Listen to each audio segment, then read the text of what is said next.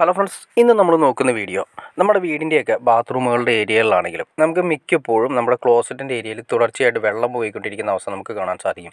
ഇത് എന്തുകൊണ്ടൊക്കെയാണ്, ഏത് ലെവലിലാണ്, എവിടെ നിന്നൊക്കെയാണ് കൂടുതൽ വരുന്നതെന്ന് ജസ്റ്റ് നമുക്ക് യൂറോപ്യൻ ക്ലോസറ്റിൻ്റെ ഒരു ഫ്ലഷുമായിട്ട് ബന്ധപ്പെട്ട് നമുക്ക് നോക്കാം. ഏകദേശം കോമൺലി അത്യാവശ്യം എല്ലാ ഫ്ലഷുകളാണെങ്കിലും ഏകദേശം കോമൺലി സിസ്റ്റം ഒന്ന് തന്നെയാണ്. ഇതാണ് നമ്മുടെ ക്ലോസറ്റിലേക്ക്, അതായത് ഈ പറയുന്ന ഒന്നേകാൽ പൈപ്പാണ് ക്ലോസറ്റിലേക്ക് നമുക്ക് ലിങ്ക് ചെയ്യുന്ന ഏരിയ. അത് ഞാൻ ജസ്റ്റ് നിങ്ങളെ കാണിച്ചു തരാം. ക്ലോസറ്റിൻ്റെ യൂറോപ്യൻ ക്ലോസറ്റിൻ്റെ ഈ പറയുന്ന ഇൻലെറ്റിൻ്റെക്ക് നമ്മൾ കണക്ട് ചെയ്യുന്നത്.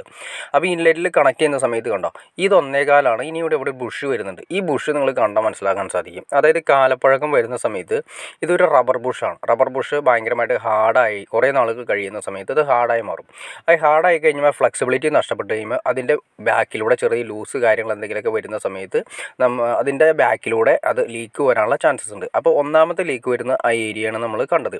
അതായത് ആ വാഷിൻ്റെ ഏരിയയിലൂടെ നമ്മൾ ഫ്ലഷ് ചെയ്യുന്ന സമയത്ത് ലീക്ക് വരാനുള്ള ചാൻസസ് കൂടുതലാണ്. ഇത് തന്നെയാണ് കോമൺലി വരുന്ന, അത്യാവശ്യം വരുന്ന എല്ലാ യൂറോപ്യൻ ക്ലോസറ്റിലും മെയിനായിട്ട് വരുന്ന മെയിൻ കംപ്ലൈൻറ്റുകളിൽ ഒന്ന് വരുന്നത്. പിന്നെ വരുന്നതെന്ന് വെച്ചാൽ അടുത്തത് ഞാനിപ്പോൾ ഈ അഴിക്കുന്ന കണ്ട ആ അഴിക്കുന്ന ഏരിയകളിൽ മെയിനായിട്ട് കംപ്ലൈൻറ്റ് വരുന്നുണ്ട്. അതും എങ്ങനെ വരുമെന്ന് നമുക്ക് ജസ്റ്റ് നോക്കാം. അത് നമ്മൾ ഈ 1.25 ഇഞ്ച് പൈപ്പ് കണ്ട ഇതിങ്ങനെ നമ്മൾ അഴിച്ചെടുത്തിട്ടുണ്ടെങ്കിൽ നേരെ താഴേക്ക് പോരും. ഇനി നമുക്കിത് ജസ്റ്റ് എങ്ങനെയാണ് കൊടുത്തിരിക്കുന്നതെന്ന് കൂടി ഒന്ന് നോക്കാം. മെയിനായിട്ട് ഇപ്പോൾ 2 ഏരിയകളുണ്ട്. ഒന്ന് താഴത്തുണ്ട്, പിന്നെ അതിൻ്റെ സ്ക്രൂ പോലെ വലിയൊരു പ്ലാസ്റ്റിക്കിൻ്റെ നെറ്റ് പോലത്തെ ഏരിയ ഉണ്ട്. അത് രണ്ടിലും നമുക്ക് ലീക്ക് വരാനുള്ള ചാൻസസ് ഉണ്ടാകും. ഇവിടെ ഒരു വാഷ് ഉണ്ട്. ആ വാഷിലൂടെ നന്നായിട്ട് ടൈറ്റ് അല്ലെങ്കിൽ ലീക്ക് വരാനുള്ള ചാൻസസ് ഉണ്ട്. പിന്നെ ഇവിടെ നിന്നും ലീക്ക് വരാനുള്ള ചാൻസസ് ഉണ്ട്. അത് നമുക്ക് വേണ്ട. ഇത് പതുക്കെ ഇങ്ങനെ ജസ്റ്റ് ഒന്ന് പതുക്കെ ഒന്ന് താഴേക്ക് വലിച്ചു കഴിഞ്ഞാൽ ഊരിപ്പോരും. ഇത്രയുമാണ് സെറ്റ് ചെയ്തിട്ടുള്ളത്. അപ്പോൾ താഴെ നിന്ന് നമ്മൾ കണക്ട് ചെയ്യുന്ന ആ കപ്പ് കറക്റ്റ് അല്ല, ടൈറ്റ് ചെയ്തിട്ടില്ല, അതിലൂടെ ലീക്ക് വരും. പിന്നെ നിങ്ങൾ കണ്ടോ, ഇതിപ്പോൾ കാലപ്പഴക്കം ചെന്നിട്ട് ഇത് കാണുന്നത് ഒരു വാഷ് തന്നെയാണ്. അതായത് 2 പ്ലാസ്റ്റിക് തമ്മിൽ ചേരുന്ന സമയത്ത് അവിടെ ഒരു വാഷ് കൊടുത്തതാണ് കേട്ടോ. ചെറിയ റബ്ബർ ബാൻഡ് പോലത്തെ ചെറിയൊരു റൗണ്ട് സ്ക്വയറിലൊരു വാഷ് ഉണ്ട്. ഈ വാഷാണ് അതിൻ്റെ അകത്ത് ടൈറ്റ് ചെയ്ത് നിർത്തിയിട്ട് നമ്മൾ താഴെ നിന്ന് ടൈറ്റ് ചെയ്യുന്നതിനനുസരിച്ചിട്ടാണ് അതിൻ്റെ ലീക്ക്, അത് വെള്ളത്തിൻ്റെ ലീക്ക് നിൽക്കുന്നത്. അപ്പോൾ നമ്മളത് ഫിറ്റ് ചെയ്യുന്ന സമയത്തും അതുപോലെ തന്നെ കാലപ്പഴക്കം വരുന്ന സമയത്തും ആ റബ്ബർ ബുഷിൻ്റെ ഫ്ലെക്സിബിലിറ്റി നഷ്ടപ്പെട്ടിട്ട് റബ്ബറിൻ്റെ വാഷിൻ്റെ ഫ്ലെക്സിബിലിറ്റി നഷ്ടപ്പെട്ടിട്ട് ലീക്ക് വരുന്നുണ്ട്. ഇതാണ് 2 എണ്ണമാണ് മെയിനായിട്ട് കോമൺലി വരുന്നത്. ഇപ്പം നമ്മൾ നേരത്തെ കാണിച്ച വൈറ്റ് അത്ര പ്രശ്നം കാണിക്കില്ല. അത് പിന്നെ നമ്മൾ അഴിക്കുകയൊക്കെ ചെയ്യുമ്പോഴാണ് കൂടുതൽ വരുന്നത്.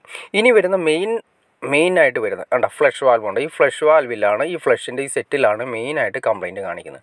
ഇത് വേറെ ഒന്നുമില്ല, നമ്മളിതിങ്ങനെ ഞെക്കുന്ന സമയത്ത് അതിൻ്റെ ലിവർ പോയേക്കണുണ്ടോ, ആ ലിവർ നേരെ ചെന്നിട്ട് ആ ഫ്ലഷ് വാൽവിൽ കണക്ട് ചെയ്തിരിക്കുന്നു.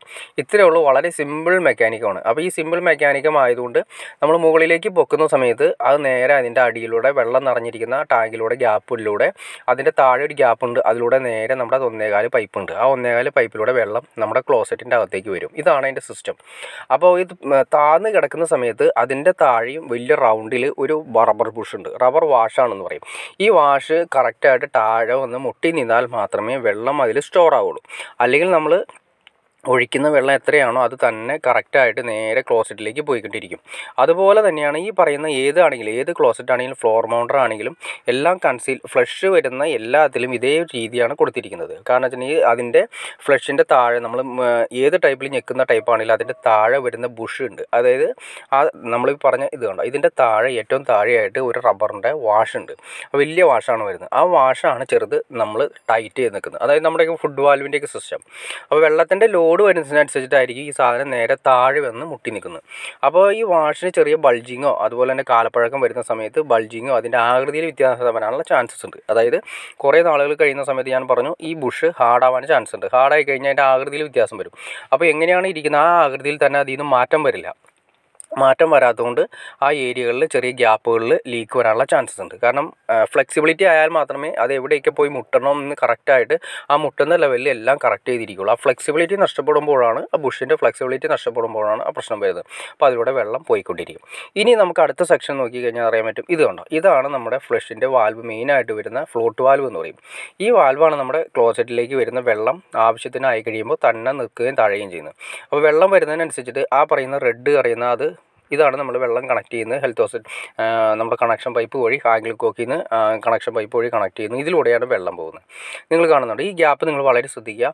ഈ ഗ്യാപ്പ് കണ്ട ഇതിപ്പോൾ താന്നാണ് കിടക്കുന്നത്. താന്നെന്ന് വെച്ചാൽ വെള്ളം ഒട്ടും തന്നെ ടാങ്കിലില്ല. അപ്പോൾ അതുകൊണ്ട് അത് താന്ന് കിടക്കുന്നു. വെള്ളം വരുന്നതനുസരിച്ചിട്ട് ഈ പറയുന്ന ഫ്ലോട്ട് വാൽവ് പതുക്കെ ഇങ്ങനെ വെള്ളത്തിൽ പൊങ്ങി കിടക്കുന്നുണ്ട്. അപ്പോൾ പൊങ്ങുന്നതിനനുസരിച്ചിട്ട് കണ്ട അതിൻ്റെ ഗ്യാപ്പ് കുറഞ്ഞ് വന്നിട്ട് അതിനുള്ളിൽ ഒരു ചെറിയൊരു ചെറിയൊരു ബുഷ് പോലത്തെ ഉണ്ട്. അതിൽ വന്ന് ടൈറ്റ് ചെയ്യുമ്പോഴാണ് ആ ടൈറ്റിൻ്റെ അനുസരിച്ചിട്ട് ഇതിൻ്റെ ഉള്ളിലും റബ്ബർ വാഷാണ് കിടക്കുന്നത്. അപ്പോൾ ഈ റബ്ബർ വാഷ് നമ്മൾ അതിൻ്റെ ഉള്ളിലൂടെ വന്ന് ടൈറ്റ് ചെയ്യുമ്പോൾ ഇത് പൊങ്ങുന്ന സമയത്ത് അത് വന്ന് ടൈറ്റ് ആവും. ആ സ്ക്രൂ അല്ലാണ്ട് വെള്ളം ഇത് വന്നിട്ട് അതിൻ്റെ അകത്ത് ടൈറ്റ് ആവും. ടൈറ്റ് ആയി കഴിയുമ്പോൾ അവിടെ വെള്ളം സ്റ്റോപ്പ് ആവും. ഇതാണ് നോർമലി സംഭവിക്കുന്ന ഫ്ലോട്ട് വാൽവ് കാര്യങ്ങളെല്ലാം. ഇത് തന്നെയാണ് നമ്മൾ സാധാരണ നമ്മൾ ഫ്ലോട്ട് വാൽവ് ടാങ്കിലാണെങ്കിലും മുനിസിപ്പാലിറ്റികളുടെ വെള്ളത്തിനാണെങ്കിലും നമ്മൾ കൊടുക്കുന്ന ഇതേ രീതിയിലുള്ള ടെക്നോളജി തന്നെയാണ് ഫ്ലോട്ട് വാൽവ് കൊടുക്കുന്നത്. ഇത് വലിപ്പം ചെറുപ്പം വ്യത്യാസം ഉണ്ടെന്ന് മാത്രമേ ഉള്ളൂ. അപ്പോൾ ഈ ഫ്ലോട്ട് വാൽവ് നമുക്ക് അഡ്ജസ്റ്റ് ചെയ്യാൻ പറ്റും. അതായത് വെള്ളം ടാങ്കിലൂടെ നിറഞ്ഞു പോയതിന് ശേഷവും ടാങ്കിൽ വെള്ളം നിൽക്കുന്നില്ലെങ്കിൽ നമുക്ക് ഇതിൻ്റെ അഡ്ജസ്റ്റ് ചെയ്യാൻ പറ്റും. കാരണം കണ്ട അതിൻ്റെ ഒരു സ്ക്രൂ ടൈപ്പാണ്. നമുക്കത് ചെറിയൊരു സ്ക്രൂ ഡ്രൈവർ ഉപയോഗിച്ചിട്ട് നമുക്ക് അതിൻ്റെ ലെങ്ത്ത് അഡ്ജസ്റ്റ് ചെയ്യാൻ. കണ്ട അത് ജസ്റ്റ് നിങ്ങൾ കാണിക്കുക. അതൊരു പ്ലാസ്റ്റിക്കിൻ്റെ മെറ്റീരിയൽ കണ്ട. ഇത് നമുക്ക് ലെങ്ത്ത് അഡ്ജസ്റ്റ് ചെയ്യാം. അത് പിരി കാര്യങ്ങളൊക്കെ കൊടുത്തേനുണ്ടോ, ത്രെഡ് കൊടുത്തേനുണ്ടോ. അപ്പോൾ അത് നമുക്ക് ലെങ്ത്ത് അഡ്ജസ്റ്റ് ചെയ്യാം. ലെങ്ത്ത് അഡ്ജസ്റ്റ് ചെയ്തിട്ടാണ് നമ്മൾ ഈ ടാങ്കിന് അനുയോജ്യമായിട്ട് രീതിയിൽ വെള്ളം കൂട്ടി വേണമെങ്കിൽ കൂട്ടി, കുറച്ച് വേണമെങ്കിൽ കുറച്ചിടാം. ഇനി അതല്ല ഫ്ലോട്ട് വാൽവിൻ്റെ ഓപ്പോസിറ്റാണ് ഡയറക്ഷൻ കൊടുത്തിരിക്കുന്നതെങ്കിൽ ഈ വാൽവ് കംപ്ലീറ്റ് മാറ്റി ഇപ്പുറത്തെ സൈഡിലേക്ക് ഇടാനുള്ള ഓപ്ഷനും കൂടിയാണ് ഈ കൊടുത്തിരിക്കുന്നത്. അത് നമുക്ക് വേണമെങ്കിൽ അത് നമ്മുടെ ബാത്റൂമിൻ്റെ അകത്ത് കണക്ഷൻ, വാട്ടർ കണക്ഷൻ വരുന്നതിനനുസരിച്ചിട്ട് ഏതാണോ സ്ഥലത്ത് വരുന്നത് അതിനനുസരിച്ചിട്ട് അങ്ങോട്ടും ഇങ്ങോട്ടും മാറ്റിയിടാനായിട്ടാണ് കൂടുതലായിട്ട് വരുന്നത്. അപ്പോൾ ഈ പറയുന്ന രീതിയിൽ മെയിനായിട്ട് വരാവുന്ന വാഷിൻ്റെ മെയിൻ കംപ്ലയിൻ്റ് എന്ന് വെച്ചാൽ ഈ ഫ്ലോട്ട് വാൽവാണ്. ഈ നമ്മുടെ ഫ്ലഷ് വാൽവ് അത് അതിൻ്റെ ഫ്ലെക്സിബിലിറ്റി നഷ്ടപ്പെടുന്നതുകൊണ്ടാണ് അത് ആ ലെവലിൽ വരുന്നത്. അപ്പോൾ അതുകൊണ്ട് നമുക്കത് മാറ്റി പുതിയത് മാറ്റി വാങ്ങിക്കാൻ എല്ലാ കടകളിലും ലഭ്യമാണ്. ഓരോ ക്ലോസറ്റിനും ഫ്ലോർ മൗണ്ടർ ആണെങ്കിലും ഏത് കമ്പനിയുടെ ഫ്ലോർ മൗണ്ടർ ആണെങ്കിലും ഏത് ടൈപ്പ് ആണെങ്കിലും ഈ ഒരു സിസ്റ്റം തന്നെയാണ് എല്ലാത്തിലും വരുന്നത്. അപ്പോൾ അതൊരു വാഷിൻ്റെ കംപ്ലയിൻറ്റ് കൊണ്ടാണ് ഈ പറഞ്ഞ വെള്ളം ചെറുതായിട്ട് പോയിക്കൊണ്ടിരിക്കുന്നത്. അപ്പോൾ ഈ ചെറുതായിട്ട് പോയി നമ്മുടെ ടാങ്കിൽ വെള്ളമില്ലാത്ത അവസ്ഥ വരും. അപ്പോൾ അതുകൊണ്ട് നമ്മുടെ ടാങ്കിൽ ഒട്ടും തന്നെ വെള്ളം ഉണ്ടാവില്ല ചില സമയങ്ങളിൽ. അപ്പോൾ ഇതാണ് മെയിൻ കംപ്ലയിൻറ്റ് വരുന്നത്. പിന്നെ ഈ പറഞ്ഞ ഇതിൽ വളരെ റെയറായിട്ട് വരുന്നതാണ് ഈ പറഞ്ഞ കംപ്ലയിൻറ്റുകളൊക്കെ. അപ്പോൾ നിങ്ങൾക്ക് എങ്ങനെയാണ് ഒരു അത്യാവശ്യം വേണ്ട ക്ലോസറ്റിൽ ഇതേ സിസ്റ്റം തന്നെയാണ്, ഇതേ രീതി തന്നെയാണ് അത്യാവശ്യം എല്ലാ ക്ലോസറ്റുകളിലും. യൂറോപ്യൻ ക്ലോസറ്റ് ആണെങ്കിലും ഫ്ലോർ മൗണ്ടറിൽ നമ്മൾ ഒറ്റ പീസ് വയ്ക്കുന്ന ക്ലോസറ്റുകളാണെങ്കിലും ഇതിൻ്റെ സിസ്റ്റം കാര്യങ്ങളെല്ലാം വർക്ക് ചെയ്യുന്നത് ഇങ്ങനെയാണ്. അപ്പോൾ എല്ലാത്തിൻ്റെ കോമൺ രീതി ഇങ്ങനെയാണ്. ഇനി വരുന്നതെന്ന് വെച്ചാൽ അതിൻ്റെ ഓരോ കമ്പനികളുടെ അനുസരിച്ചുള്ള ചെറിയ ചെറിയ വ്യത്യാസങ്ങൾ മാത്രമേ ഉണ്ടാകുന്നുള്ളൂ. അപ്പോൾ ഇതിനെക്കുറിച്ച് വ്യക്തമായിട്ട് അറിഞ്ഞിരുന്നാൽ, ഈ പറയുന്ന രീതിയെക്കുറിച്ച് വ്യക്തമായിട്ട് അറിഞ്ഞിരുന്നാൽ നമുക്ക് എല്ലാ ക്ലോസറ്റിനെ കുറിച്ചിട്ടും ഒരു ഐഡിയ സിമ്പിളായിട്ട് കൈകാര്യം ചെയ്യാൻ സാധിക്കും. അപ്പോൾ ഓക്കെ ഫ്രണ്ട്സ്, നിങ്ങൾക്ക് ഇതിനെക്കുറിച്ചിട്ട് അതായത് എങ്ങനെയാണ് ലീക്ക് വരുന്നത്, എങ്ങനെയാണ് ആ വാഷ് കംപ്ലയിൻ്റ് ആവുന്നത്, കാലപ്പഴക്കം വരുന്ന സമയത്ത് അതിൻ്റെ ആകൃതി വ്യത്യാസം വരുന്നു, കംപ്ലയിൻ്റ് ആവുന്നതിനെക്കുറിച്ചൊക്കെ ഡീറ്റെയിൽസ് ആയിട്ട് നിങ്ങൾക്ക് മനസ്സിലായി കാണുമെന്ന് വിചാരിക്കുന്നു. ഇനി എന്തെങ്കിലും ഡൗട്ട്സോ കാര്യങ്ങളോ ഉണ്ടെങ്കിൽ തീർച്ചയായിട്ടും കമൻറ്റ് ചെയ്യാൻ മടിക്കരുത്. അതുപോലെ തന്നെ ഷെയർ ചെയ്യാനും മടിക്കരുത്. പിന്നെ സബ്സ്ക്രൈബ് ചെയ്യാനും മടിക്കരുത്. നിങ്ങൾ തീർച്ചയായിട്ടും ലൈക്ക് ചെയ്യാൻ മടിക്കരുത്. കാരണം നിങ്ങൾ ലൈക്ക് ചെയ്യുന്നതനുസരിച്ചിട്ട് മറ്റുള്ള ആളുകളിലേക്ക്, ഇത് ഉപയോഗപ്പെടുന്ന ആളുകളിലേക്ക് ഈ വീഡിയോ എത്തിച്ചേരുള്ളൂ. അപ്പോൾ അതുകൊണ്ട് തീർച്ചയായിട്ടും ലൈക്ക് ചെയ്തേക്കുക. നിങ്ങൾ ചെയ്യുന്ന ലൈക്കിനനുസരിച്ച് നമുക്ക് ഇതുപോലുള്ള വീഡിയോസ് ചെയ്യാനുള്ള ഒരു ഇൻസ്പിറേഷൻ കിട്ടുക. അപ്പോൾ തീർച്ചയായിട്ടും ലൈക്ക് ചെയ്തേക്കുക. അപ്പോൾ ഇപ്പോൾ തന്നെ സബ്സ്ക്രൈബും ചെയ്തേക്കുക. ഓക്കെ ഫ്രണ്ട്സ്, അടുത്ത വീഡിയോയിൽ കാണുന്നവരെ ഓക്കെ.